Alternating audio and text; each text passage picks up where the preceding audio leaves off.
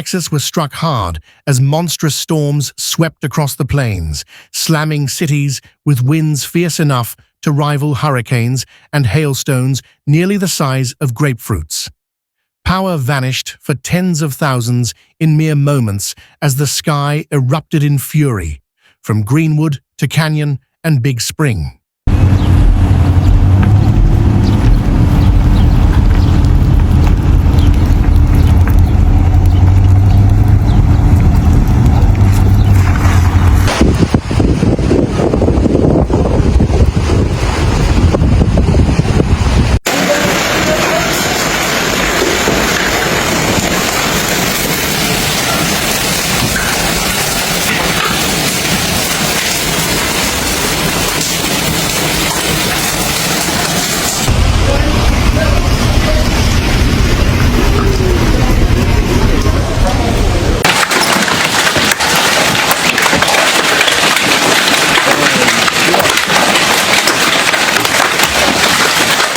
In Goree, wind gusts screamed past 100 miles per hour, flattening structures and snapping power lines like twigs.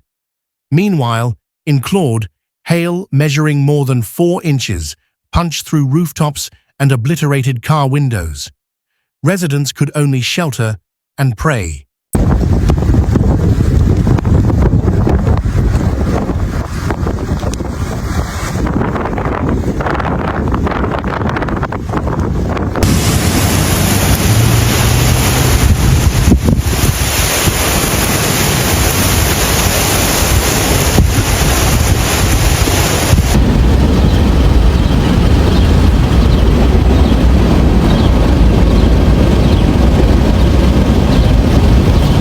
Warnings lit up radar screens as forecasters issued a particularly dangerous situation alert, rarely used and ominously precise.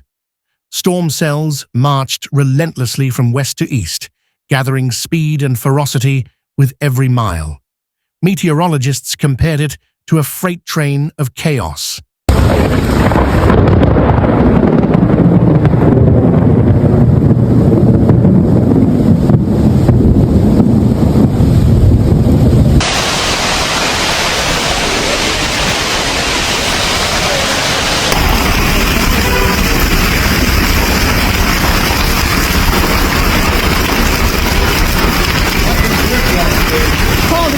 In the town of Canyon, a storm surge of 84 miles per hour and hail 3 inches wide battered over 200 homes in the dead of night.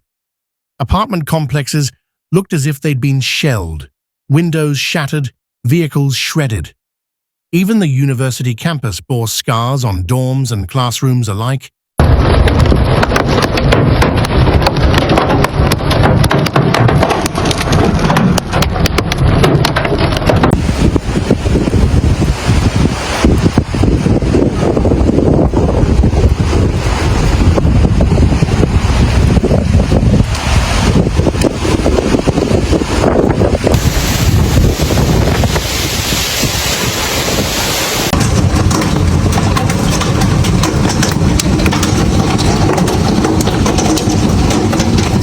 Officials declared disaster as the damage mounted, urging residents to be wary of fraudulent contractors flocking to affected neighborhoods. The wind wasn't done. Gusts of 90 miles per hour were spotted in Lakeview, while other areas clocked in at 80 miles per hour. Roads became battle zones of twisted debris.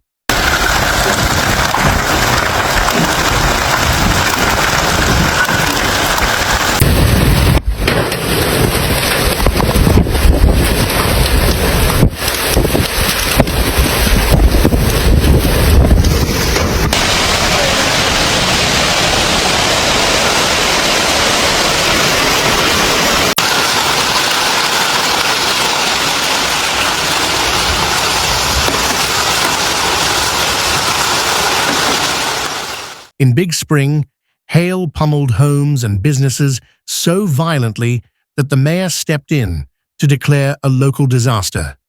The historic auditorium was hit hard, its facade dented, its windows turned to dust.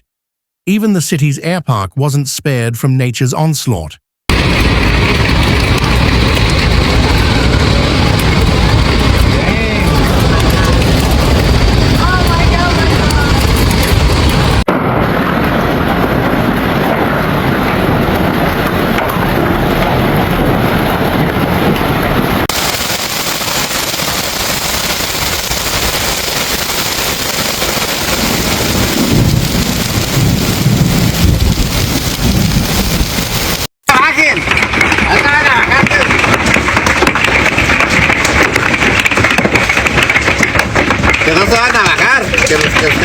Over in Midland and Greenwood, similar scenes played out. Hail rained down like artillery, leaving behind dents, fractures, and flash floods. The storms came in waves, some carrying stones as large as baseballs, others dragging black skies behind them. Electricity poles buckled under the weight of chaos.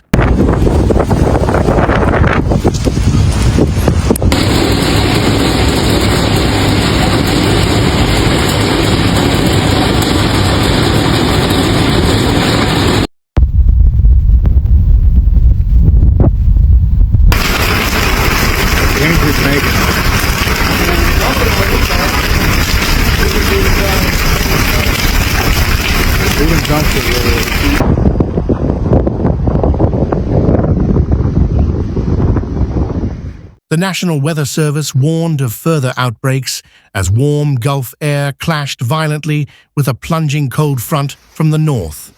The combination created a pressure cooker of instability.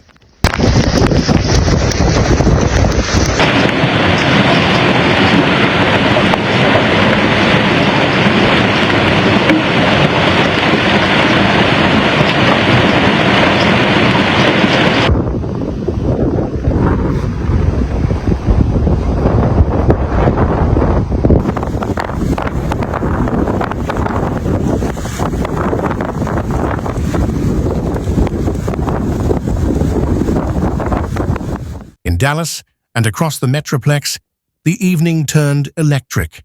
Lightning crackled like whips across the skyline, rain flooded streets in minutes, and winds roared between skyscrapers. Airports scrambled as gate holds and taxi delays piled up. Travelers were trapped in terminal limbo.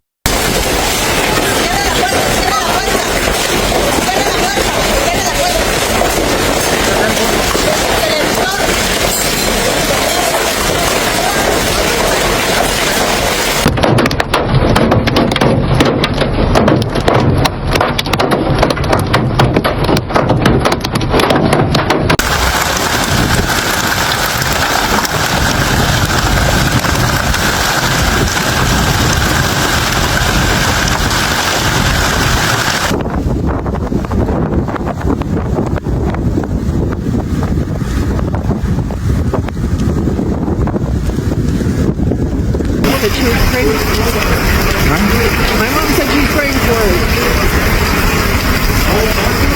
As flash floods took hold, counties like Denton and Collin watched roads vanish underwater. Sirens howled through neighborhoods, not for tornadoes, but for the sheer power of the wind. In Allen and Frisco, coastal-style warnings blared inland.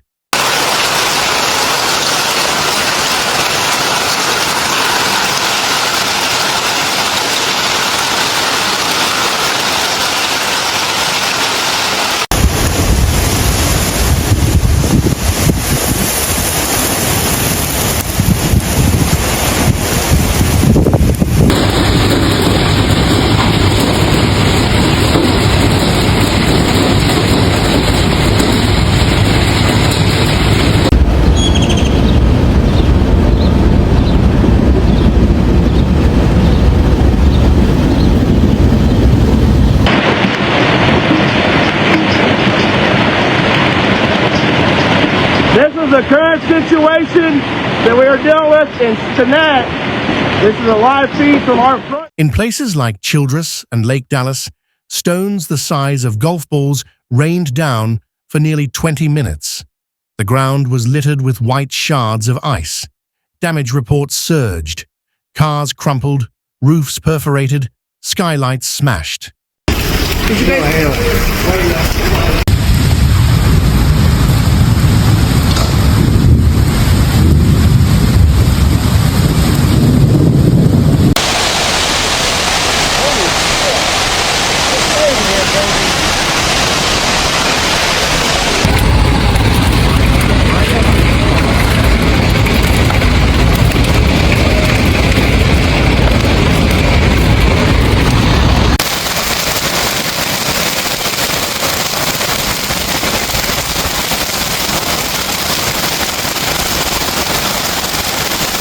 News outlets reported a station in Abilene had suffered direct damage, its roof ripped and equipment soaked beyond use. Hail had broken through ceilings. Live broadcasts cut to black just as the storm peaked.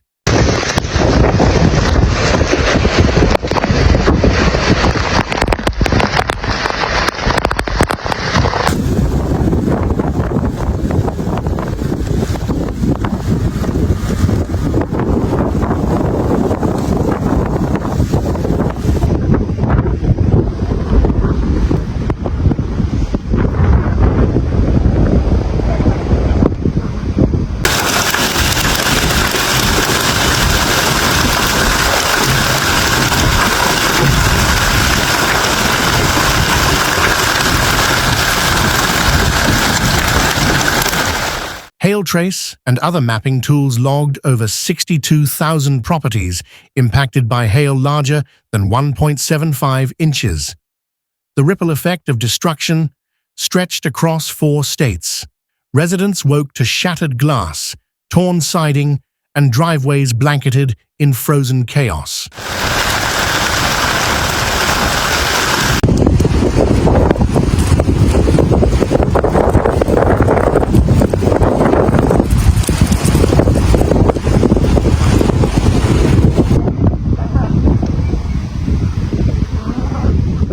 And as the front stalled, meteorologists warned this was only round 1. More storms loomed midweek, carrying the same threat: oversized hail, violent winds, and rain that falls like waterfalls. Texas had braced for a battle. Now it faced a siege.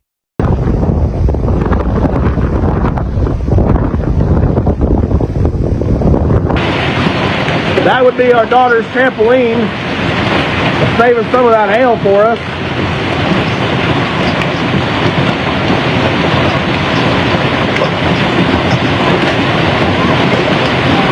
I gotta keep standing back to